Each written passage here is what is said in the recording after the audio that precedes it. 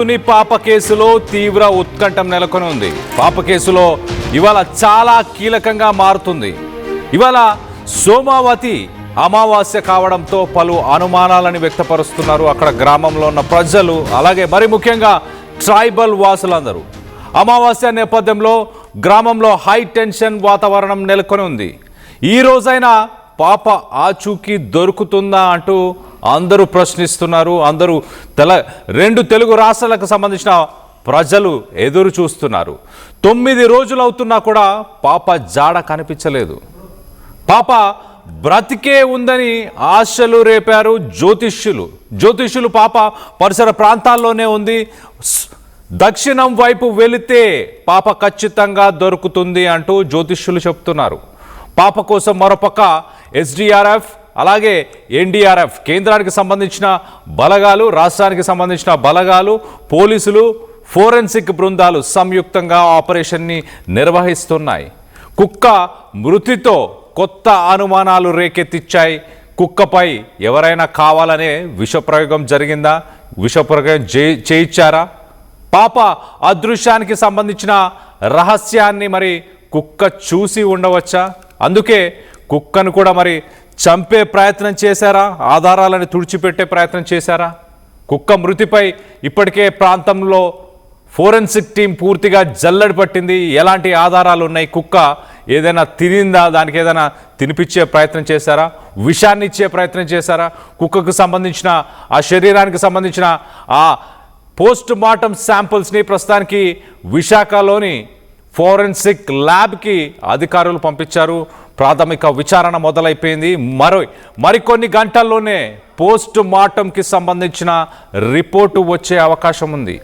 ఈరోజు చాలా కీలకంగా మారబోతుంది. కుక్క పోస్ట్ మార్టం రిపోర్టు కూడా వచ్చిన తర్వాత అసలు ఏం జరిగి ఉండొచ్చు అన్న విషయాలు బయటికి వెలుగులోకి వచ్చే అవకాశం ఉంది. కిడ్నాప్ జరిగి ఉంటే నిందితులు ఖచ్చితంగా స్థానికంగానే ఉండొచ్చని చాలామంది అనుమానాన్ని వ్యక్తపరుస్తున్నారు. మరోపక్కన డ్రోన్స్, స్నిఫర్ డాగ్స్ అలాగే కాల్ డేటాతో దర్యాప్తుని ముమ్మరం చేస్తున్నారు. ఆ రోజు ఆ సమయంలో ఒక 100 ఫోన్ కాల్స్ పైన పోలీసులు అనుమానాన్ని వ్యక్తపరుస్తున్నారు.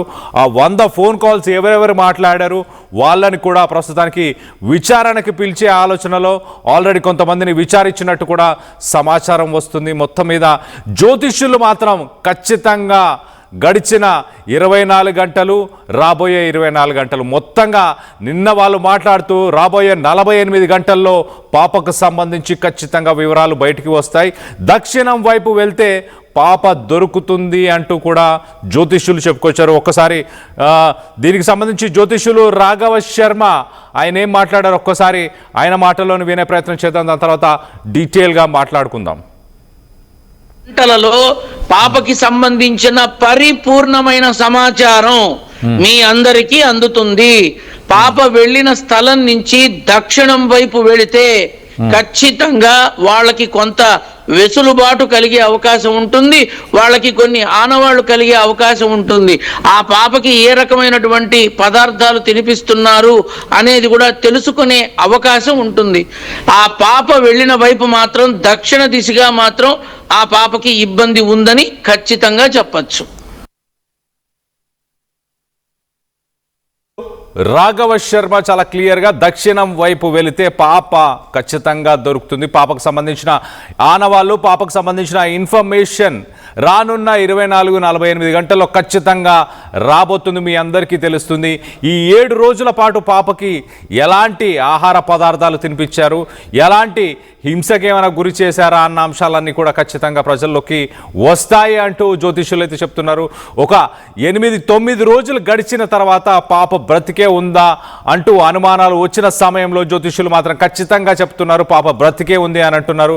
స్థానికంగా మనం చూస్తే కనుక సుమారు ఒక 300 నుంచి 500 ఎకరాల పరిమాణంలో ఉన్న ఏరియా మొత్తాన్ని ఆ కేంద్రానికి సంబంధించిన బలగాలు, రాష్ట్రానికి సంబంధించిన బలగాలు క్షుణ్ణంగా పరిశీలించాయి. అక్కడున్న బావులు, బోరు బావులు కావచ్చు, అక్కడున్న కాలువలు కావచ్చు, ప్రతి చెట్టు కావచ్చు, అలాగే డ్రోన్స్ లాంటి టెక్నాలజీని కూడా యూజ్ చేసి పైనుంచి కూడా అది దట్టమైన అడవి కాదు, అది చిట్టి అడవి. అంటే సాధారణంగా దట్టమైన అడవిలో పెద్ద పెద్ద చెట్లు ఉంటాయి, కానీ ఇక్కడ చిట్టి అడవి కాబట్టి చిన్న చెట్లు మాత్రమే ఉండడం.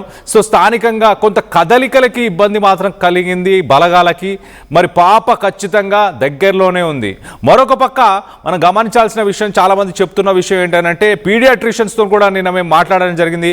ఆ పీడియాట్రిషియన్ డాక్టర్స్ కూడా చెప్తున్న విషయం ఏంటంటే పాప, ఆ వయసులో ఉన్న పాప 2-3 కిలోమీటర్ల కంటే ఎక్కువ నడిచి వెళ్ళే అవకాశం ఉండదు ఖచ్చితంగా.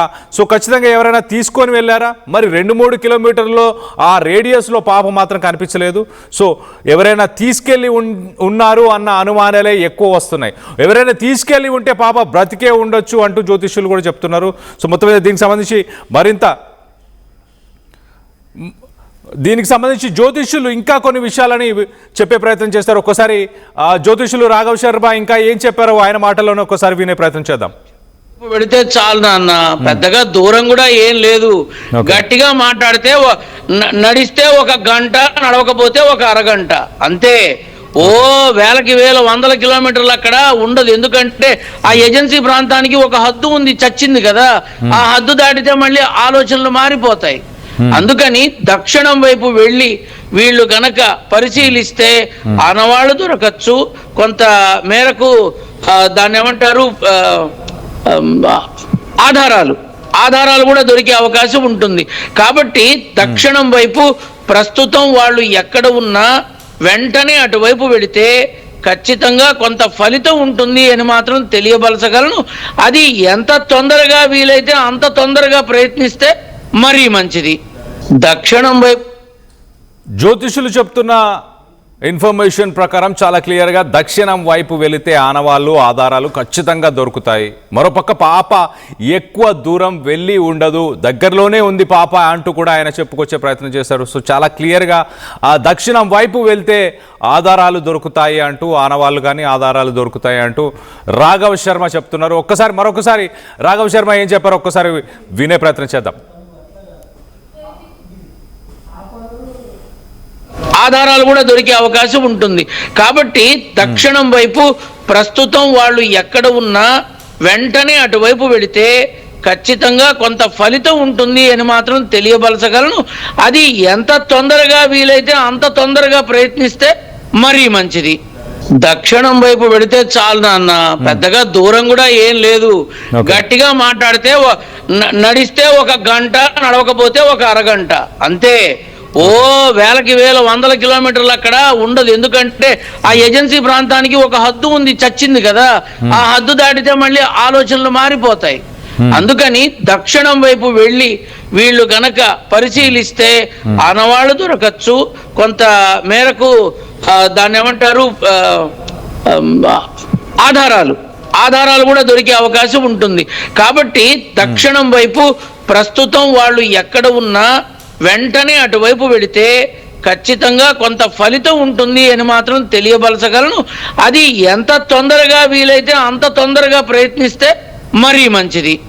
దక్షిణం వైపు వెళితే చాలు.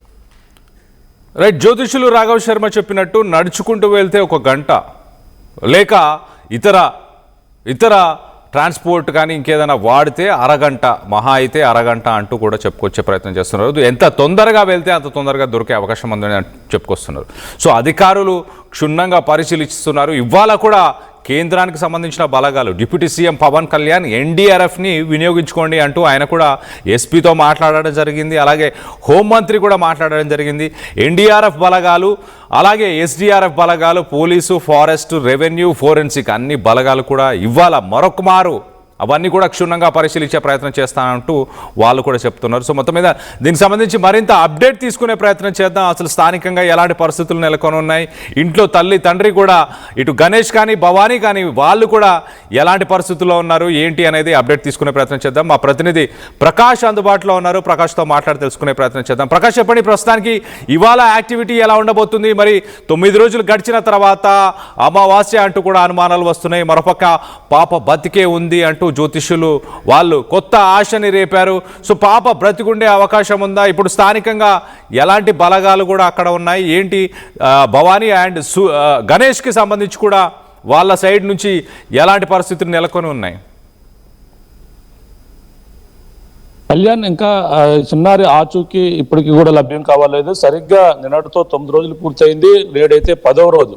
10వ రోజైనా చిన్నారి జ్ఞానేశ్వరి ఆచూకీ తెలియకపోవడంతో తల్లిదండ్రులు కావచ్చు, మొత్తం యావత్ తెలుగు రాష్ట్రాల్లో కూడా చిన్నారి ఆచూకీ లభించాలని కూడా కోరుకుంటున్న నేపథ్యంలోనే సరిగ్గా ఈ రోజు అంతా కూడా ఉత్కంఠగానే ఉందని చెప్పాలి. ఎందుకంటే ఈ రోజు అమావాస్య కావడంతోనే ఈ సోమమతి అమావాస్య అంటారు. ఇది 3 సంవత్సరాలకు ఒక్కసారి మాత్రం వస్తుంది. ఈ అమావాస్య నాడు ఈ యొక్క క్షుద్ర పూజలు, అలాగే భానుమతి, ఈ చేతబడులు ఇవన్నీ కూడా ప్రధానంగా ఈ యొక్క ఏజెన్సీ ప్రాంతాలు, కొండ ప్రాంతాల్లో కూడా సంచలనంగా మారుతుంటాయి. ఇటువంటివి అమావాస్య నాడు ముఖ్యంగా ఎవరైనా నరబలులు ఇచ్చేందుకు కూడా ప్రయత్నాలు జరుగుతుంటాయి. అటువంటి ఆ విధంగానే చిన్నారి ఏమైనా జరిగిందా అనే కోణంలో కూడా ఈరోజు మొత్తం గ్రామస్తులు కావచ్చు, మొత్తం అందరూ కూడా ఇది మూఢనమ్మకాలు నమ్మే ప్రతి ఒక్కరు కూడా దీనిపైనే అందరూ కూడా అనుమానిస్తున్న పరిస్థితి కూడా కొనసాగుతుంది. ఎందుకంటే పాప ఏవైనా క్షుద్రగాళ్ళు ఎవరైనా తీసుకుని వెళ్ళి, లేదంటే గుప్త నిధుల కోసం ఈ రోజు బలి ఇస్తే గుప్త నిధులు లభిస్తుంటాయని కూడా, నరబలి చేస్తే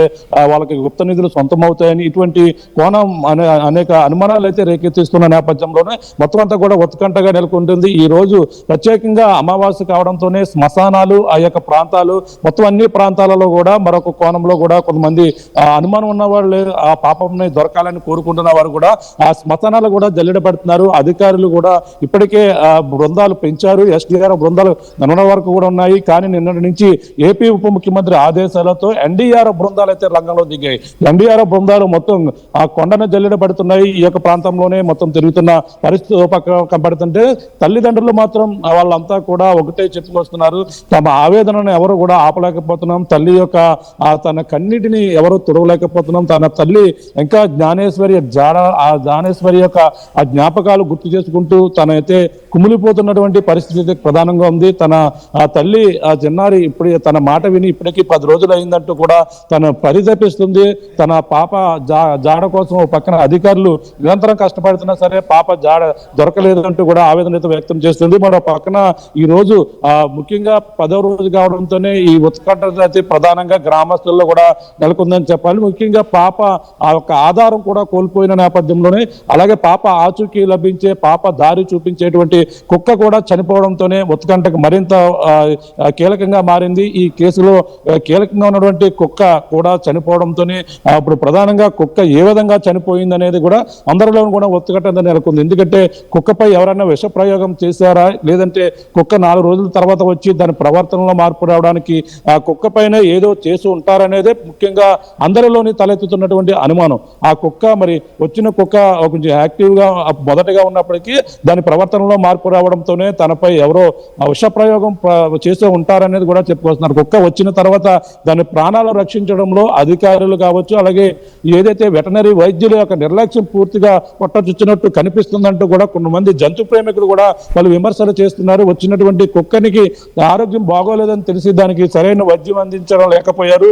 అలాగే ఆ కుక్కకి వచ్చిన వెంటనే సెలైన్లు ఎక్కించాలి, అలాగే రక్త నమూనాలు సేకరించి ఆ కుక్కకి కావాల్సినటువంటి ట్రీట్మెంట్ జంతువుకు సంబంధించిన ఎవరైతే వెటనరీ వైద్యులు ఉన్నారో ఎందుకు చేయలేకపోయారు? ఒకే ఒక ఆధారం కుక్క పాప అదృశ్యం కేసులో ఈ ఒక్క ఆధారాన్ని కూడా ఎందుకు మిస్ చేశారంటూ కూడా జంతు ప్రేమికులే కూడా మండిపడుతున్నారు.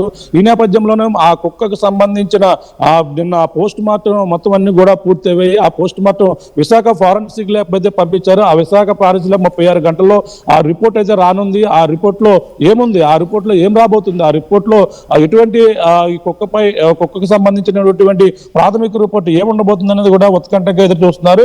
దీనిపై వైద్యులు కూడా నిన్నటి వరకు కూడా పోస్ట్ మార్టం చేసేందుకు కూడా ఆలస్యం చేశారు. అలాగే ఈ ఏదైతే వెటనరీ వైద్యులు ముఖ్యంగా ఆ యొక్క ప్రాంతంలో ఉన్నటువంటి వైద్యులు సీనియర్ ఏడీ లాంటి అధికారులు వచ్చి రావాలి. దానికి ఏదైతే పాపని వారం రోజుల పాటు జల్లెడ పెట్టి అధికారులు 10 రోజుల పాటు తిరుగుతున్నా సరే కీలకంగా కుక్క మాత్రమే కనుగొన్న నేపథ్యంలోనే ఆ కుక్కకి మరి సరైన వైద్యం అందించి దాన్ని బతికించడంలో వైద్య అధికారుల నిర్లక్ష్యమే పట్టొచ్చినట్టు కనబడుతుంది. దానికి జీపీఎస్ అమర్చడంలో కూడా అక్కడ వైద్య అధికారి నిర్లక్ష్యం, దానికి అమర్చినటువంటి ప్రొటెక్షన్ చేయకుండా కుక్కని జీపీఎస్ అమర్చే క్రమంలో కూడా చాలా నిర్లక్ష్యంగా వ్యవహరించారనేది కూడా వార్తలు అయితే వినబడుతున్నాయి. ఎందుకంటే తన నోట్లో ఒక ఇనుప చెవును పెట్టారు.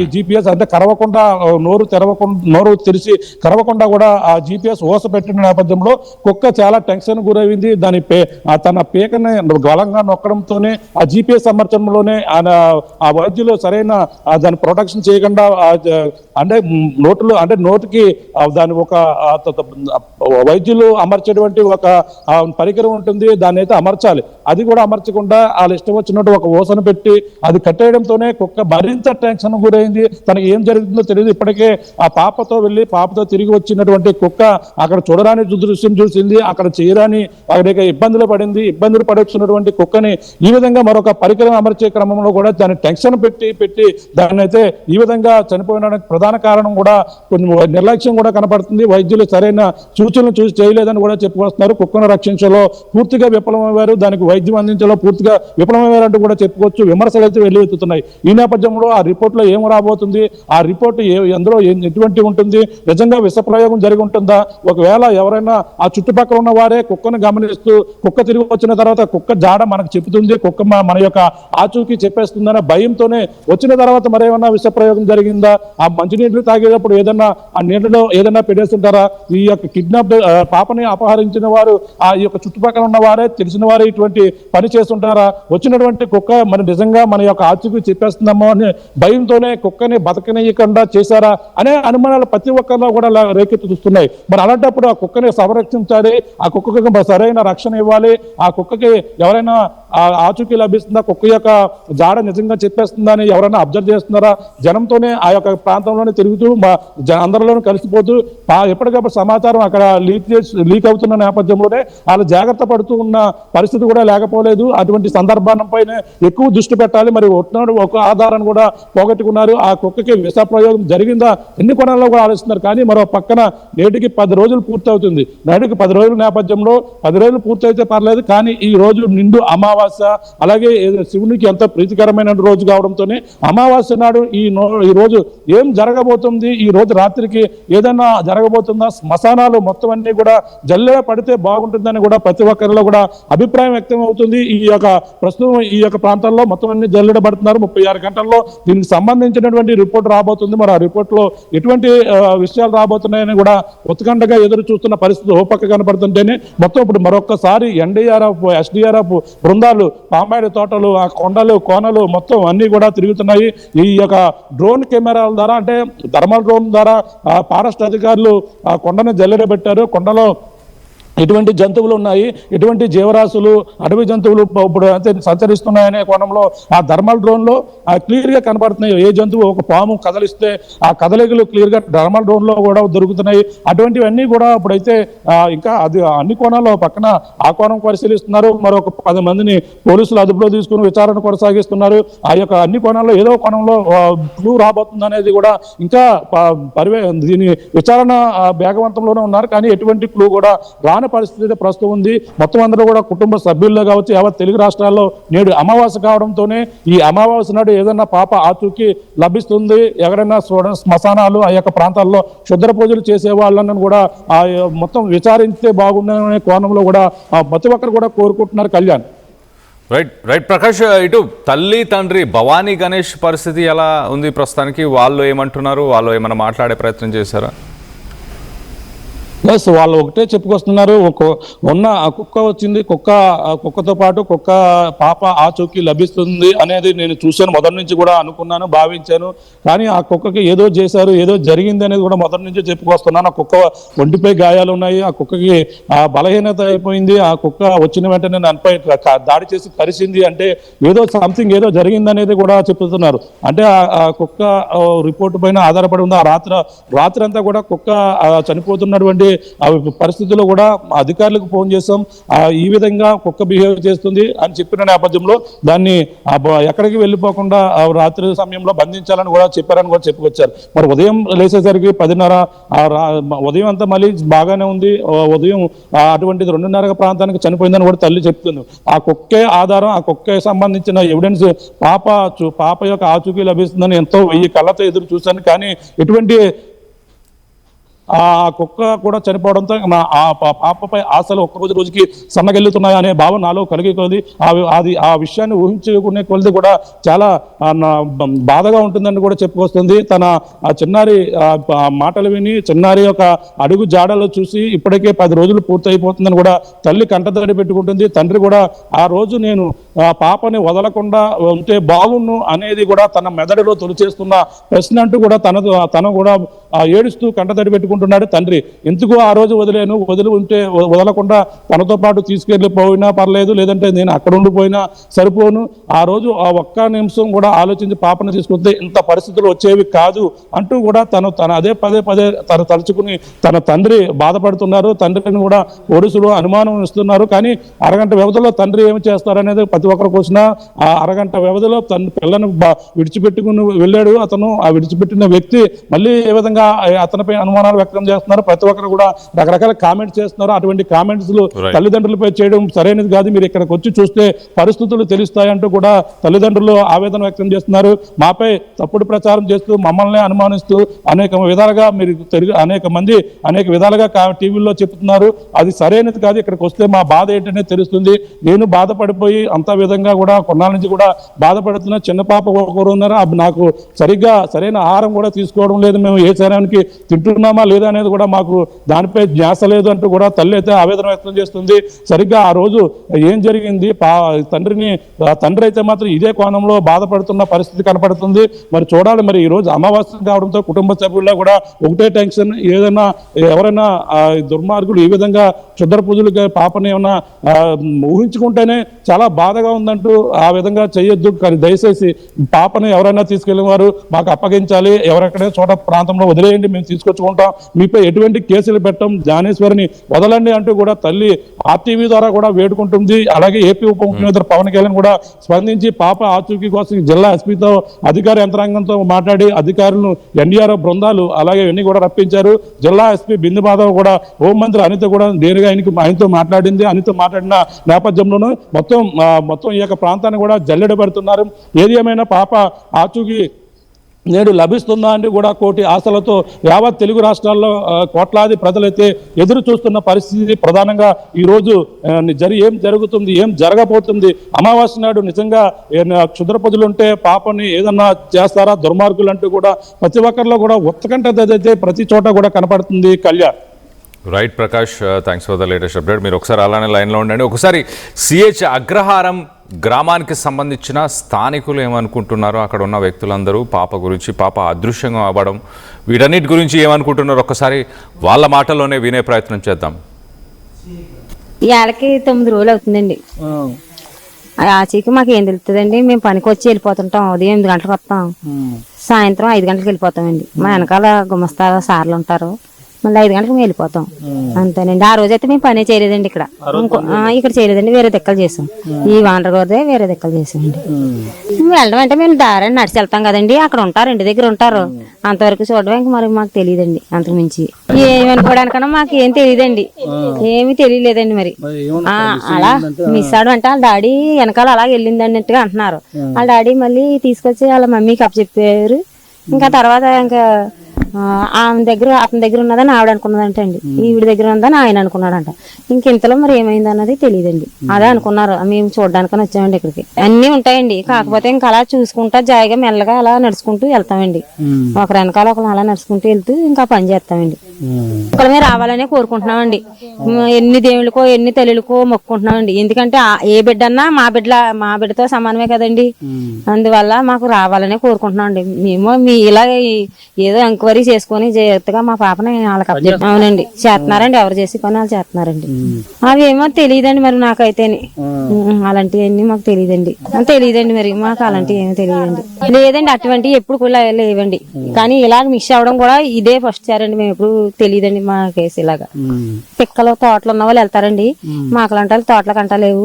పనికి రావడం ఉదయం వచ్చి 8 గంటలకి మళ్ళీ 5 గంటల వరకు ఉండి వెళ్ళిపోవడం తప్ప ఈ ఊరండి అగ్రహారం అండి. ఇవాళకి 9 రోజులు అవుతుందండి. ఆ పామాయిల్ తోటలో పనిచేసే వాళ్ళు ఎవరి పాప అయితే ఏంటి, మా పాపతో కూడా సమానమే కదా అంటూ కూడా మాట్లాడుకొచ్చారు. తిరిగి రావాలని మేము కూడా కోరుకుంటున్నాం. తోటలోనే మేము పని చేస్తుంటాం, కానీ ఆ రోజు మేము పని చేయలేదు, తండ్రి వెనక వెళ్ళిన తర్వాత తండ్రి వెనకకి తీసుకొచ్చి మళ్ళీ ఇంటి దగ్గర దింపాడు. కానీ తండ్రి దగ్గరే ఉందని తల్లి అనుకుంది, తల్లి దగ్గరే పాప సురక్షితంగా ఉంది అని తండ్రి అనుకున్నాడు. మొత్తం మీద ఒక దురదృష్టకరమైన ఘటన చోటు చేసుకుంది. ఖచ్చితంగా పాప వెనకకి తిరిగి రావాలి అంటూ మేము కూడా కోరుకుంటున్నాం. సాధారణంగా ఈ ప్రాంతంలో కొన్ని పాములు కావచ్చు, ఇతర జంతువులు కనిపిస్తూనే ఉంటాయి. మా పని మేము చేసుకుంటూ వెళ్తాం పక్క నుంచి అంతే అంటూ కూడా అక్కడ సిహెచ్ అగ్రహారంలోనే ఆ తోట పరిసర ప్రాంతాల్లో పనిచేసే వాళ్ళందరూ కూడా చెప్పుకొస్తున్నారు. సో మొత్తం మీద మరి ఇవాళ అమావాస్య కావడంతో కొంత ఉత్కంఠం అయితే నెలకొని ఉంది. మరి స్థానికంగా కూడా ప్రజలు భయభ్రాంతులకు గురవుతున్నారు. మరి ముఖ్యంగా భవానీ గణేష్ కూడా పాపకి ఎలాంటి అవాంఛనీయ ఘటనలు చోటు చేసుకోకూడదు, పాపకి ఏం జరగకూడదు, నాకు మాపై వస్తున్న అభియోగాలన్నీ కూడా వాస్తవాలు కాదు, ఇక్కడికి వచ్చి నిజమేంటో చూడండి, మేమేంటో అనేది మీకు అర్థమవుతుంది, మేము అసలు తినడం కూడా మానేశాము అంటూ కూడా భవానీ గణేష్ తల్లిదండ్రులు ఇద్దరు కూడా చెప్పుకొచ్చే ప్రయత్నం చేశారు. మరింత అప్డేట్ తీసుకునే ప్రయత్నం చేద్దాం. మా ప్రతినిధి ప్రకాష్ అందుబాటులోనే ఉన్నారు. ప్రకాష్తో మాట్లాడి తెలుసుకునే ప్రయత్నం చేద్దాం. ప్రకాష్, చెప్పండి, ఇవాళ ఎలాంటి యాక్టివిటీ ఉండబోతుంది? ఇవాళ బలగాలు ఇప్పుడు అక్కడికి ఆల్రెడీ చేరుకున్నాయా? ఆల్రెడీ ఇవాళ సెర్చ్ అండ్ రెస్క్యూ ఆపరేషన్ మొదలైపోయిందా? ఎస్, అంటే మొదటి నుంచి కూడా చెప్పుకొస్తున్నారు చర్చ ఆపరేషన్ పాప దొరికే వరకు కూడా మేము ఈ యొక్క ఆపరేషన్ అయితే ఆపమంటూ కూడా పోలీసులు అయితే చెప్పుకొస్తున్నారు. ఆ విధంగానే నిన్నటి వరకు ఎస్డీఆర్ఎఫ్ బృందాలు మాత్రమే ఉండే. ఇప్పుడు ప్రస్తుతం నిన్నటి నుంచి కూడా ఏపీ ఉప ముఖ్యమంత్రి పవన్ కళ్యాణ్ ఆదేశాలతో అటవీ శాఖ మంత్రిగా ఉన్న నేపథ్యంలోని అలాగే ఎన్డీఆర్ఎఫ్ బృందాలు కూడా 30 మంది విజయవాడ నుంచి టీం కూడా రావడం జరిగింది. ఆ టీము మొత్తం ఈ యొక్క ముందు ఎస్డీఆర్ఎఫ్ బృందం తిరిగిన ప్రాంతాలు కాకుండా కొండ ప్రాంతాలు మొత్తం అన్ని కూడా క్షుణ్ణంగా ప్రతిదీ కూడా 1-2 సార్లు చెక్ చేస్తున్నారు. ఇప్పటికే వాళ్ళంతా కూడా ఒక 5 సార్లు చెక్ చేశారు. ఒక్కొక్కరికి ఒక్కొక్క టీంకి ఒక్కొక్క సిఐని అయితే పోలీసులు అయితే అప్పగించారు. అలాగే అక్కడ ఉన్నటువంటి సోమనకోట సిఐ కావచ్చు, కృష్ణ భగవాన్, అలాగే పత్తిపాడు సిఐ ఎవరైతే ఉన్నారో ఆ సిఐ అప్పారావుతో పాటు సూర్య అప్పారావు, మొత్తం వాళ్ళందరూ కూడా ఒక్కొక్కరు కూడా ఒక్కొక్క టీంకి గైడెన్స్ ఇస్తూ ఈ యొక్క కొండ ప్రాంతాలను అయితే తిరుగుతున్నారు. అక్కడ చెన్నకేశవులు వీళ్ళందరూ కూడా అక్కడ ఉన్నటువంటి రూరల్ సిఐ చెన్నకేశవులతో పాటు మొత్తం అందరూ కూడా ఈ టీంకి ఏదైతే ఎన్డీఆర్ఎఫ్ బృందాలకు గతంలో తిరిగినటువంటి ప్రాంతాలని చూపిస్తూ వాళ్ళకి గైడెన్స్ ఇస్తూ ఆ యొక్క ప్రాంతాల్లో అటవీ ప్రాంతాల్లో ఒక టీము, అలాగే ఈ యొక్క పామేల తోటలో ఒక టీము, బోరుబాబుల దగ్గర ఈ యొక్క ప్రాంతాలను కూడా మనం చూస్తున్నాం. ఈ యొక్క ప్రాంతాలను కూడా 1-10 సార్లు చెక్ చేస్తున్నారు. ఏదైతే మామిడి తోటలోని జీడి మామిడి తోటలో పాప కనిపించిన ప్రాంతంలో ఆ యొక్క ప్రాంతాల్లోని మరొక టీము, ఇవన్నీ కూడా అంటే ఏదైనా పాపకు సంబంధించిన వస్త్రాలు, ఏదైనా చిన్న అనవాలు, పాపకు పట్టీలు కానీ ఇప్పటికే అలా ఏదైతే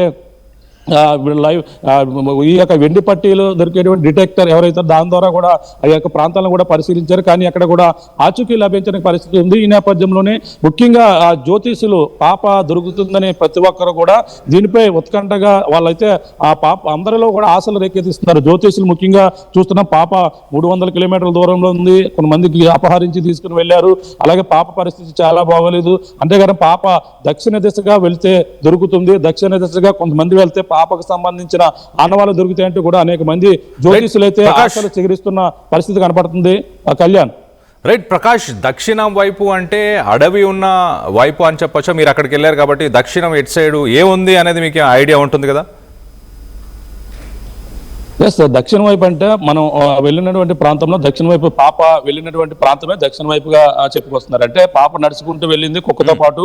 అక్కడ దక్షిణ వైపుగా వెళ్ళిపోతే అక్కడ ఫినిషింగ్ ఉంటుంది, ఒక పామాయిల తోట ఎండింగ్ లో ఫినిషింగ్ ఉంటుంది. అక్కడ పెద్ద జంతువులు కానీ కనీసం ఏది కూడా ఫినిషింగ్ దాటి లోపలికి వచ్చే ఒక ఛాన్సే లేదు. అటువంటిది దక్షిణ వైపుగా అంటే పాప ఏడుస్తూ ఆ ఫినిషింగ్ దగ్గరికి వెళ్ళిపోతే అటువైపు సరిగ్గా సిహెచ్ అగ్రహారం ఆ రోడ్డు వస్తుంది. ఆ రోడ్డు అంటే చిన్నపాటి అక్కడ ఉన్నటువంటి అగ్రహారం సంబంధించిన దాదాపుగా ఒక 400 మంది ఇళ్ళు ఉన్నాయి. అవన్నీ కూడా ఆ ఎండింగ్ లో అక్కడి నుంచి దక్షిణ వైపు అయితే రోడ్డు వస్తుంది. రోడ్డు నుంచి ఇంకా మరి ఎటువైపు వెళ్ళిపోయిందో మరి అటువైపు ఎవరన్నా అపహరించి ఉండే అవకాశాలు అయితే కనబడుతున్నాయి. దక్షిణ వైపు అంటే మనకి ప్రధానంగా అదే ప్రాంతం వస్తుంది. అక్కడ నుంచి మరొక కోణంలో చూసుకుంటే పాప ఉన్నటువంటి వెనక ఇంటి భాగం వస్తుంది. ఇంటి భాగం అంటే కొండలు ఉన్నాయి. కొండలు అంటే ఆ తూర్పుకు ఇటువైపు ఉన్న నేపథ్యంలోనే ఆ విధంగా అయితే అనేక అనుమానాలు అయితే వస్తున్నాయి. దక్షిణ వైపు అంటే కొంచెం అక్కడ మనం కూడా చూడాలి, ఇటువైపు అనేది కూడా మనం ఈ యొక్క ఏదైతే సంబంధించిన పరికరాన్ని ఉపయోగించి దక్షిణ వైపు పూర్తిగా ఒకసారి చూడాలి. ఆ యొక్క పరిశీలన అయితే మనం కూడా చేస్తేనే మన దానిపై ఒక క్లారిటీ అయితే వస్తుంది. మరి మనం ఉన్నటువంటి ప్రాంతం అడవి ప్రాంతం కాబట్టి కొంచెం నావిగేషన్ ప్రాబ్లం కూడా కొంచెం ఇబ్బందులు తలెత్తుతున్నాయి. మనం పామాయిల తోటలో తిరిగాం, తూర్పేటో పరబేటో కూడా లోపలికి వెళ్తే మాత్రం భయంకరంగా ఉంది. అటువంటిది ఒకసారి మనం కూడా నావిగేషన్ వేసి చూస్తే మనకు ఒక క్లారిటీ వచ్చే అవకాశం కనపడుతుంది. జ్యోతిషులు అయితే ఈ విధంగా దక్షిణ వైపు వెళ్తే అందులో కొంతమంది పాపని అనేక విధాలుగా ఉన్న చిత్రహింసలు చేస్తున్నారనే అనుమానాలు అయితే వాళ్ళు కూడా చేస్తున్నారు. అంటే ఈ విధంగా ఆశలు చిగురిస్తున్నాయి, రకరకాలుగా అనేక విధాలుగా దీనిపై విశ్లేషణ అయితే చెప్తున్న నేపథ్యంలోనే భయమేస్తుంది. ఆ యొక్క మాటలు ఏంటంటేనే తల్లిదండ్రులు కూడా ఈ విధంగానే ఇటువంటివన్నీ కూడా వినే భయపడుతున్నారు. వాళ్ళు ఈ యొక్క పాపను అపహరించే విషయంలో కూడా ఒక మహిళ కూడా ఉందని కూడా చెప్పడం కూడా ఇక్కడ కొంచెం ఆశ్చర్యానికి గురి చేస్తుంది. అంటే ఇవన్నీ వాళ్ళు అంటే జ్యోతిషులు చెప్పే మాటలు మాత్రమే. అంటే మనకి మరి ఏం జరిగిందనేది కూడా అసలు విషయం పెరిమెల్లకే ఎరిక అన్నట్టుగా ఆ విషయం మరి ఏం జరిగింది, పాప మరి ఎలా మిస్ అవుద్ది, కనీసం 20 నిమిషాల్లో ఏం జరిగిందనేదే మొత్తం అందరిలో తలెత్తున్నటువంటి ప్రశ్న. ఈ యొక్క గణేష్ పాపను ఇలా విడిచిపెట్టాడు, 20 నిమిషాల్లో కొబ్బరి బొండాలు తీశారు, అలాగే వెళ్ళి తిరిగి రావడానికి పాప తన వెనకాలే వెళ్ళిందనే విషయం తనకైతే తెలియదు. అలాగే వెళ్ళి 20 నిమిషాల్లో పాప మిస్ అయింది, మీ పాప ఎక్కడ ఉందని కూడా గ్రామంలో ముగ్గురు వచ్చి చెప్పడం, ఆ ముగ్గురు కూడా ఆ పోలీసులు విచారించారు. మీకు పాప మరి అక్కడ ఉందని చెప్పినప్పుడు మీరు అక్కడికి వెళ్ళి పాపం తీసుకురావాలి కదా, మీరు ఎందుకు మరి ఆ ముగ్గురు మరి ఏం చేశారు? కుర్రాల ఆకతాయిలు వాళ్ళందరూ కూడా.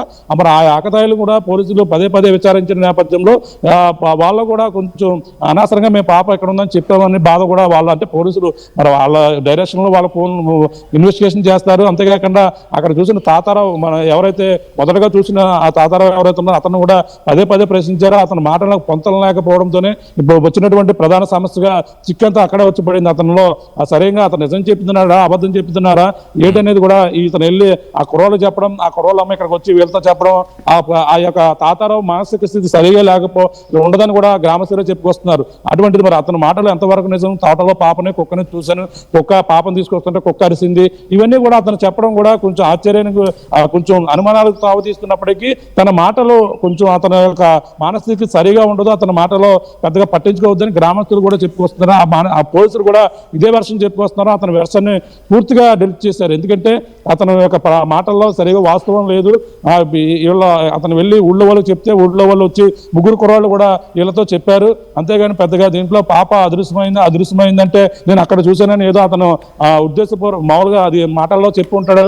అది విని వీళ్ళకి రావడం ఇవన్నీ కూడా కొంచెం అనుమానాలకు తీస్తున్నప్పటికీ ఏది కూడా స్పష్టత లేకపోవడంతోనే మొత్తం చిక్కంతా ఎక్కడ వచ్చి పడింది. ఎవరు కూడా సరైన దీనిపై సమాచారం లేకపోవడం, పోలీసులు ఇన్ని రోజులు తిరిగినా సరే సరైన ఆచూకీ లభించకపోవడం, అన్న ఇన్ని రోజులు ప్రయత్నాలు జల్లెడబట్టిన ఎటువంటి ఆచూకీ రాకపోవడం, ప్రస్తుతం కేవలం ఇప్పుడు టెక్నికల్ ఎవిడెన్స్ మాత్రమే పోలీసులు అదొకటే కీలకంగా ఉంది. ఒక పక్కన కుక్కకు వచ్చినటువంటి రిపోర్ట్ నిజంగా జంతువులు దాడి చేస్తుంటాయంటే నిజం జంతువుల అటాక్ వల్ల పాపకి ప్రమాదం జరిగి ఉన్నదని ఒక అనుమానం వ్యక్తం చేస్తుంది. నిజంగా విష ప్రయోగం మాత్రం జరిగిందని వచ్చిందంటే మాత్రం నిజంగా ఎవరో అపహరించే వాళ్ళే కుక్కపై విష ప్రయోగం చేశారు. చుట్టుపక్కల తిరుగుతూనే కుక్కని విష ప్రయోగం చేసి తన జాడ చెప్తుందన్న భయంతోనే ఈ విధంగా చేశారనేది ఒక అనుమానం క్లారిటీ అయితే వచ్చే అవకాశాలు కనబడుతున్నాయి. ఇలాగ ఒకటి కూడా అనుమానాలు తప్ప అనుమానాలు అలా ప్రతి ఒక్కరిపై ఆరోపణలు దీనిపై పాప ఏమైందని కూడా ఒక క్లారిటీ అయితే పూర్తిగా 10 రోజులైనా సరే ఇప్పుడు లేకపోవడమే ప్రతి ఒక్కరిలో